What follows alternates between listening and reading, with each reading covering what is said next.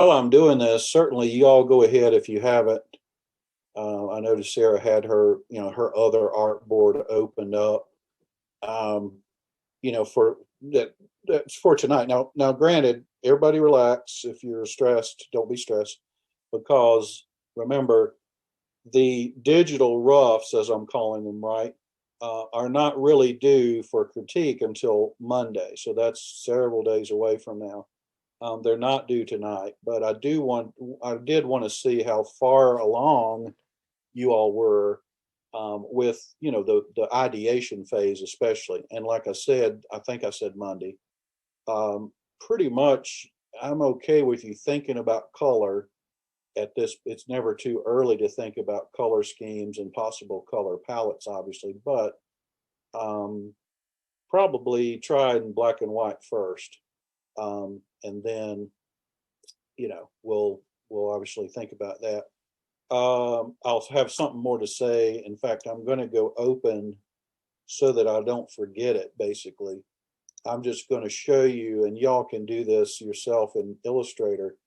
If you'll go all the way, almost all the way down from the Windows menu to see where it says Swatch Libraries. This may be new to some of you. I'm expecting probably is at this stage, unless you've done a whole lot of logo design work, maybe. Swatch Libraries, notice I'm holding that still. If you'll roll up, and I'm kind of letting my mouse sit on there for a minute so you don't miss where I'm going, because these little flyout menus can be a little spastic sometimes. So Swatch Libraries, color books, and then finally, if you'll go to Pantone plus CMYK coded. Okay, I'm just going to start with, open up that library for right now. Okay, and I'm going to keep I'm going to keep my artboards panel, and I'm going to keep my color panel open. And also, while we're here, I'm just kind of pulling this out, and I'm going to make it a little bigger.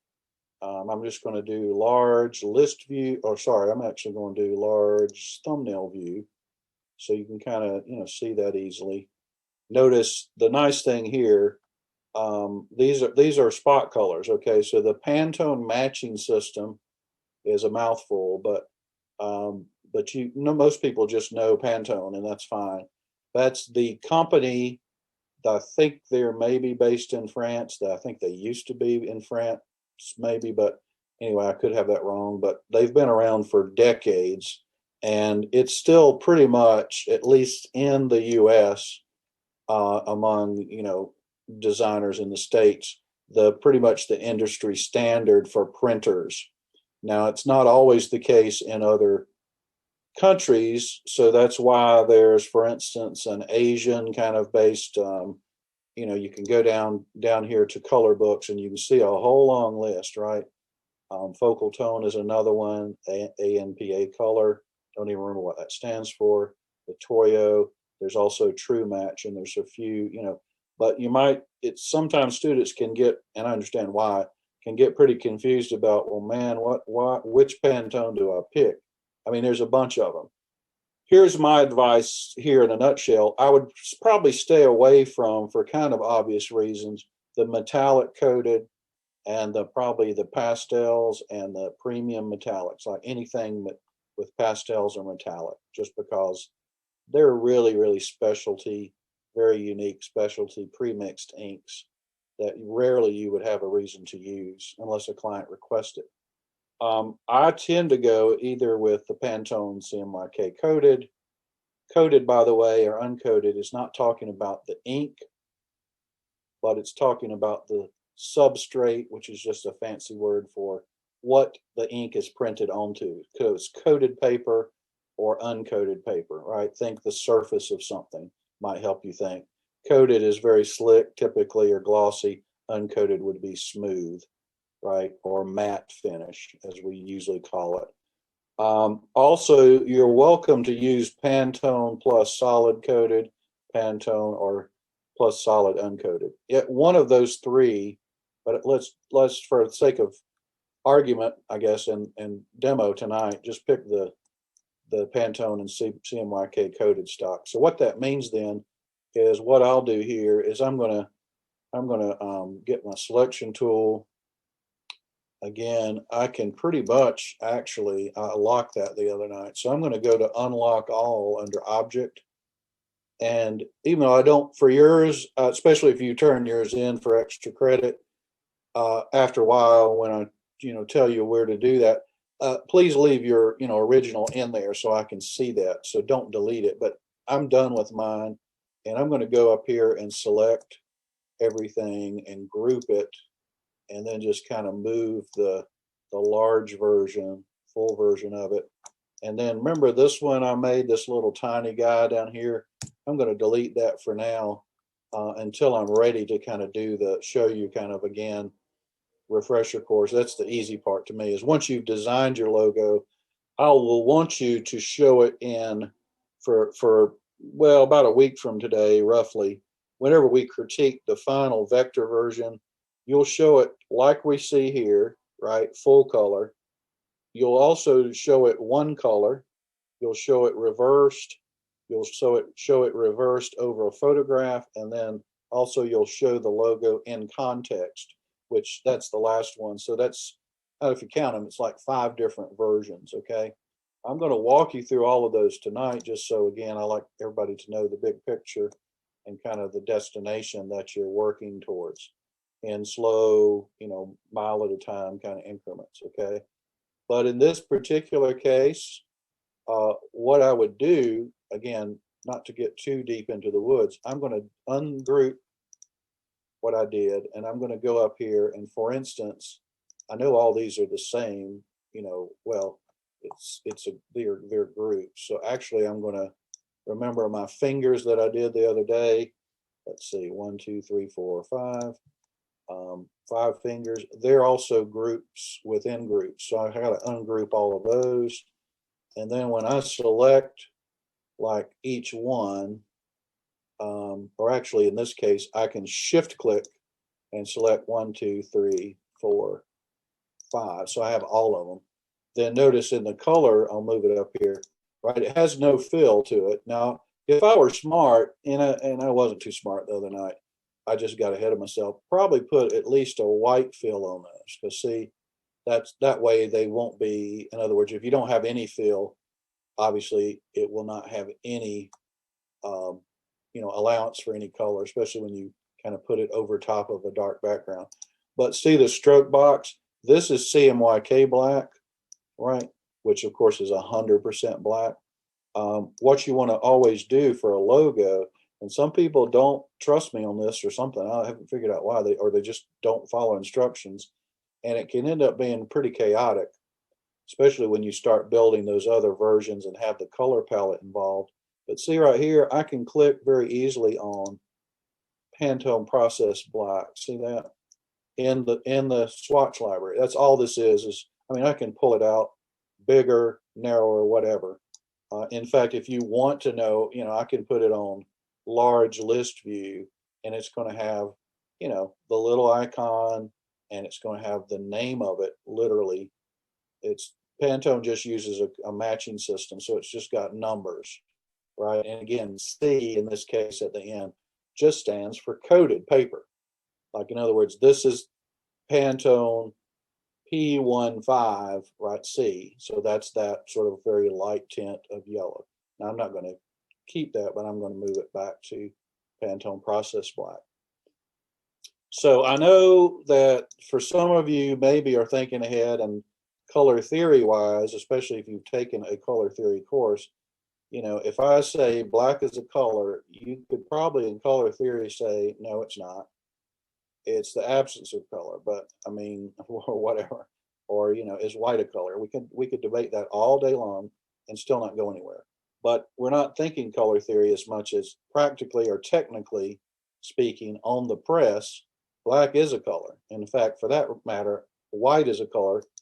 If it's an ink, white ink would have to be printed, of course, against a darker substrate or background for you to see it.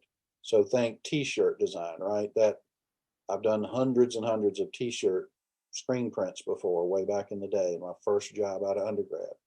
I mean, that was just what we did. So any kind of shirt or ball cap or umbrella or rain poncho or jacket. I mean, if it was an apparel piece, we pretty much could, I hate to put it this crudely, we could slap a logo on that, right? We even did like wooden piggy banks for Sovereign Bank when it was, well, that's before it was bought out or changed to Bank of America.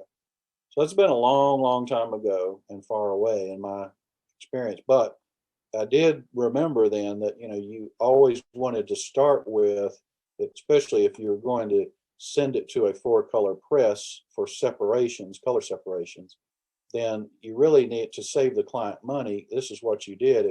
If the design didn't require all four colors, cyan, magenta, yellow, and black, and in this case, notice it's not CMYK black because that sort of defeats the whole purpose of saving you money. But the responsible and up-to-date designer that knows his or her stuff would say, oh yeah, I've got to use processed black. It's Pantone. Okay. Same thing up here, right? Well, I had that selected, but make sure, like up here, make sure that that is, see, when I select this area, remember I kind of did that little, my own version of that. Well, don't mix and match color modes. That's a rookie mistake. I'll go ahead and tell you. You know, if I left this at CMYK and didn't change it to Pantone process, that would just be a bad mistake. Here, that's a fill. So same thing. I'm going to fill that with processed black. How about the fingernail things, right? It's the same deal, right? Oh, I've mixed color modes. So just don't do that. Okay. But make sure, and I just shift clicked to, if I can speak, to get the, you know, the all five fingernail areas, and then voila, there you go. The stroke is Pantone process black now. And then is this still a two color logo technically? You tell me. You're thinking that's a trick question. Well, it is kind of a trick question. Any guesses? Is this a, as I've done it right now, if I said file save, done, send it to press, is it a two color logo? Everybody's afraid to answer. No brave souls. Yes. I don't know. Yeah, I like that tone. I mean, you're like, I'm not real convinced, but yeah. So it was kind of a trick question. I mean, meaning, and I'm not trying to give anybody a hard time. At the on the surface, right, visually, it looks like it would just. I mean, it's that Pantone black, right? We got that ink covered, but here's the trick. As soon as I click on, I know you can't see it because it's kind of small, and I can't make it really zoomed in, but look at the color panel again. It tells no lies. So that blue that I picked on Monday night is a CMYK or four color process color, right? See that, CMYK? And those are the equivalencies of it. So the answer really to my trick question, sorry about that, is no, it's a mixed, the color modes are mixed. So in other words, for the designer, which all of us are, you're going to have to go in there. And in this case, it's pretty easy because I'm not worried. Remember, white, in this particular case, the little smiley face. And I think we decided maybe to get rid of that because it was a little much. And, you know, I just didn't do it. But anyway, so we'll leave it at that. Still kind of looks like somebody smiling. But whatever. I'm going to select this whole deal, right? All the letters. And then I'm going to pick from, here we go, I'm going to dive down here, and this is what's kind of a beautiful thing about the library. It's a library just like in the real physical brick and mortar library on campus, right? There's, I don't know, 80, 100, more than that, 200,000 probably volumes or more that are literally paperback, hardback, legal books because it's a law library. I mean, there's all kinds of stuff, right? So if I decide for some reason I do want to kind of match the blue that I started with as best I can. Well, the Pantone right here, that blue's, well, maybe this blue is better. So I'm going to go Pantone P184-8. See that? And I'm going to select that Pantone color. And then because this little guy, the little smiley face, is essentially just a knocked out, it's reversed out, then I'm just going to apply white to it. Okay, you see that difference? Right? And so I'm going to make this a little smaller here. All right. Just to navigate that. And again, that's frankly, you kind of see probably why I usually pick the medium to or even medium thumbnail view, because not because I certainly, I mean, only somebody with a photographic memory, or I don't know, Rain Man skills or something genius, would be able to remember what all these numbers are. Maybe somebody in the world can. I cannot, because there's hundreds of them, right?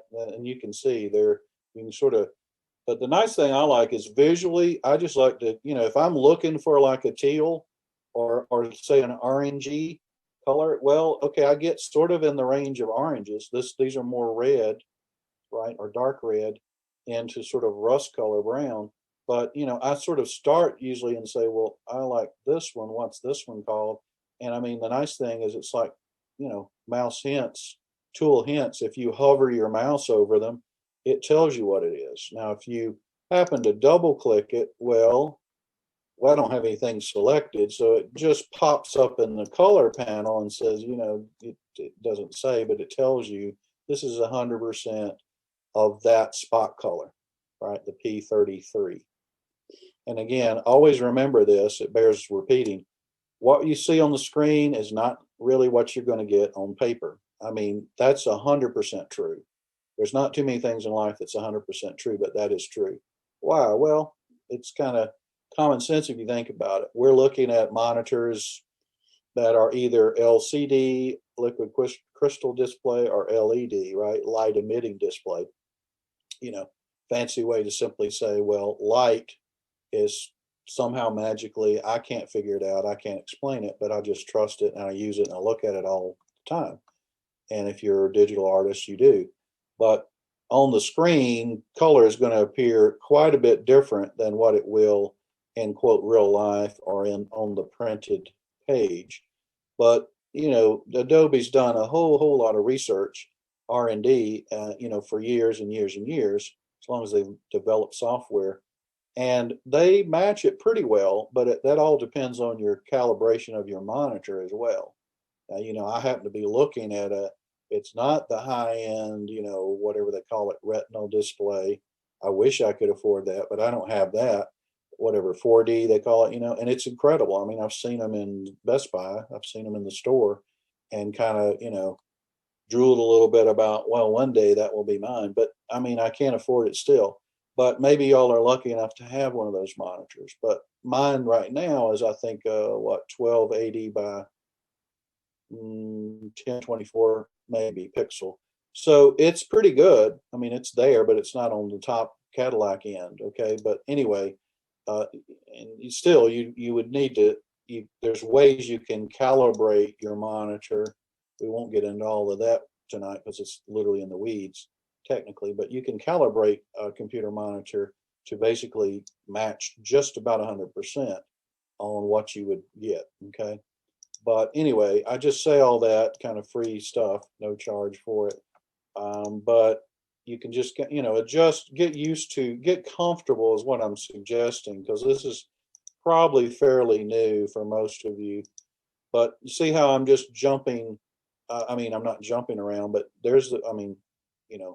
no surprise there, right? Visually, I'm just down at the bottom of the Pantone library panel. It's like load the next swatch library, right? So visually, I moved from, there's the pastel and neons, as you would expect. There's the metallics as best they can replicate the look of those on screen. And then there's the solid coated, and again, you're going to find on the coated, by the way, you'll just see on the screen, it's kind of obvious that they look a little, I guess I would say, a little more intense, a little richer as far as the color. And again, you can just zip through there and just pick a swatch. The really nice thing is, I did want to mention this too before I get too far. Remember that, like, okay, I cannot remember to tell you when I clicked on the blue F, which Pantone, number one, because I switched libraries, I cannot remember what that is. Well, good news is you can always get the color, the information will tell you no lies with the color panel on. And even better, I can say, well, let's, now I didn't mean to hit that, show options, because that shows me, oh yeah, it's Pantone P104-8C for coated, and it's 100%. That's all good, right? I mean, it is. But here's the thing, ultimately, you'll need to make, and I'm going to go ahead and do it now to remind you, you're going to make a little what's called a color palette. And what I'm going to do is just say that is Pantone, and I've forgotten it already, so I have to select again. Pantone P184-8. Okay, Pantone type tool P184-8C. And it is good to put the C on there. I mean, I'll forgive you for if you forget that. Did I write that right? No, it's sorry, it's 104. 104. I knew something didn't sound right about that. 104-8, big difference. Okay. And all that is just like the, paint swatch, or remember those color palettes y'all did last week? Yeah, you do. I'm sure you do. For the, the research for your brand. And so why did I copy that one? Well, I need to also tell everybody what this one is, right? And whoops, I didn't fix that one. My bad. So see what I'm saying? I didn't really do that on purpose, but I'm glad I checked that. I fixed everything else. So that's Pantone Process Black. So that's pretty easy to edit. Process Black. Spell C. Okay. And I would not make those really big. In fact, 12 point in my book is pretty big. I would probably drop those down to maybe 10 point. And here's how I do this. I would hold the shift key down, make a little rectangle, make another little rectangle, and guess what? Let's reflect that color. And the easiest way, frankly, is either, well, the easiest way probably is eyedropper, right? Boom, there you go. On the actual color, because it just picks it up. And then here, eyedropper, sample it, and that's it. Or another possibility, which I love this about Illustrator, they thought it through, is you can go to Window and see colors already open. But if you'll go to Swatches and open Swatches, just the swatches, the main swatches panel, look at that. I'm going to make it bigger so you can see it. Right? I'm going to make it large. Sorry. Come on now. There we go. Large list view. Okay. Now you might say, what in the world is all this going on here, right? I mean, they've got brights in a folder. They've got shades of gray. I mean, okay, sure. Well, they're all there. And then you might say, what in the world is going on down here? Well, if you're paying attention, folks, I hope you're still with me out there in Cyberland. Did I not? I think you saw me, but I'm pretty good short memory. I clicked, so every Pantone color that I sampled over here in the library, as soon as I clicked on it, it's just a good thing. It's kind of like having insurance. Pantone's got your back as a designer. If I clicked on it to test it out, guess what? It popped it automatically into my swatches panel. Now, did I decide to use that yellow? No. Nowhere in this thing is yellow. But this is kind of the history of what I search for, just like going to Walmart, the paint store, and you're trying to pick up a paint chip, or asking the people at the paint mixer place to, can you mix this up for me and give me a quart of, I don't know, something called saffron, which is probably yellow, but what shade of yellow? Well, they're not going to use Pantone at Walmart, because that's not what they're doing.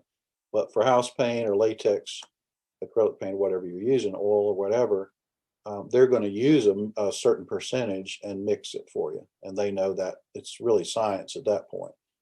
But here's the thing, Pompadour, what in the world? Foliage? Fading sky? Well, I know why they're there. They're frankly there because I have used those color swatches before in my Illustrator work, okay? Not for, I don't even remember using foliage, but at some point I clicked on there. But just FYI, you won't remember all this stuff, I'm sure, but one of the coolest things about the swatch panel, and this works for any program, but Illustrator is probably the most commonly used, is see right here, when let's say I get done with my logo design and you get done with yours eventually, if I click on the little sandwich, I call it, the little, right, vertical 3 stacks there, check this out, select all unused. That means all unused swatches. See, unused, unused. And if you hit the trash can, it's asking you, are you sure to delete the unused swatches? And I say, yes, I'm sure. And it got rid of all of them. Now, it did happen to keep, I think I know why. It happened to keep the gray folder there. I think technically you could still hit delete, but I don't care about that. Okay, but does that make sense? You can't, by the way, you cannot delete, you can never, or should you never try, but it won't let you delete the registration because it's got to have essentially black for the registration marks. Okay, and it's got to have, I think it also has to have white. Now this black we could get rid of because that's CMYK black, so I can hit goodbye. And don't worry about destroying anything because you're not destroying anything. You're not deleting it from the program forever. It's just you're deleting it from this particular file, right? When you delete a swatch. And then guess what? You can name a swatch if you happen to do, and you will, not for this project, I wouldn't recommend, but if you decide to make a custom color, mix a custom color up here, all you have to do then is just click new swatch and you name it, whatever you want to name it that you'll remember. But the nice thing is really there's really not much reason for a designer to have to do that because Pantone has already thought it through and they've given you thousands upon thousands of pre-mixed ink colors. And that is, again, I know when you hear ink you think, well, is that inkjet printer? Is that a PostScript color printer? No. Again, those all use the digital technology to kind of simulate these, Pantone shades or inks, but it's really more in real life on a real 2-color or up to 4-color press. It just it's math. It's a matter of spot colors are always going to cost the client less, like in this case, because they would only pay for these 2 pre-mixed inks. Make sense? The processed black and the P104 here. Again, white right here for the counter space is just simply knocked out of something. But just to show you, if you happen to have, I don't know, let's draw a really, really bad, so don't judge me too harshly here, but t-shirt with the pen tool. This is horrible, but anyway, it's quick. So we got it. Wow, it looks weird, but we got a t-shirt, let's say, and let's say that t-shirt is going to be, let's pick something kind of outrageous. Well, that's not real outrageous. Pantone 676. Okay, did anybody know what that looks like? Well, I would call it kind of a plum color maybe, right? But if that happens to be a t-shirt or a uniform for a medical nurse or somebody that's given the flu shot, well, what's going to happen if ultimately I group my logo and everything's well and good until I make option click and drag it, and what's happening here? Oh my goodness. It's not really disappeared, but it's occluded by the shirt because the shirt was the last thing I drew. So I can go to Object, Arrange, Bring to Front, and then I can scale it. Option Shift together will scale it from the center point, and I can put it on the t-shirt. But anybody suggest what I need to do to make that look not so weird?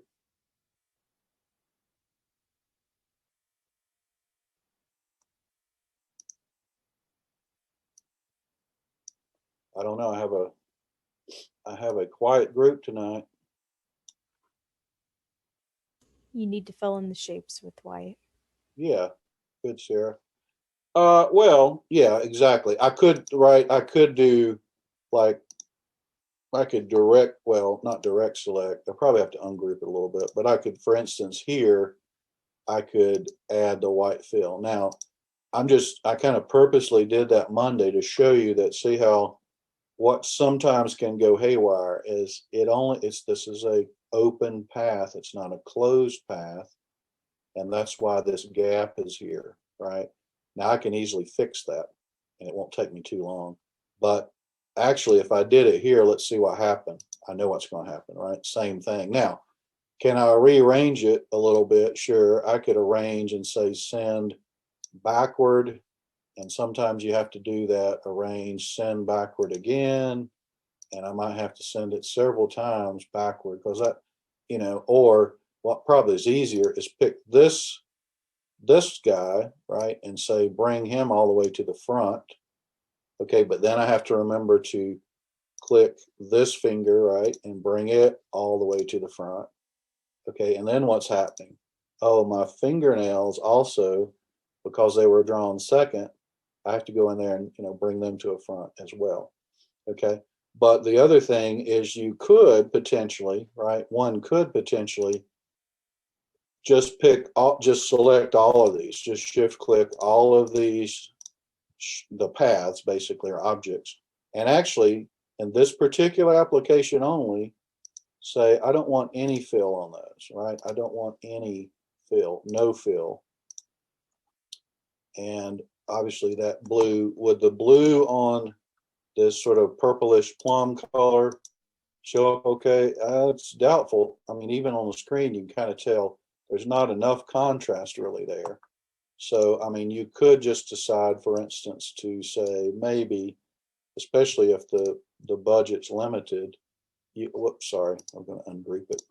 You could select what's in blue here and make it, well, you could make it white, right? Or you could also just say, fill it with black. And then just remember that this now, the counter space should not be white like so, because think about it. That's a case where to make that look like it looks on the screen on the actual t-shirt it was printed on, that would involve white ink, literally. So what you really want to do there is just have no fill, or actually, sorry, you do want to fill, but you want to have the fill of the t-shirt. Okay, does that make sense? Now, that's just the one color version, okay? But that's sort of a quick, I know I'm kind of jumping around a bit tonight, but it's sort of a quick primer, if you will, on it's never too early to think about color schemes, but please take my advice. And when you start thinking about color, don't start out with CMYK. Start out with the Pantone library first, okay? Get the two, and again, I'm not limiting you, but I would, if you're doing spot colors, I'd probably do maximum 3, okay? Because again, at least 3 would save the client the 4th color.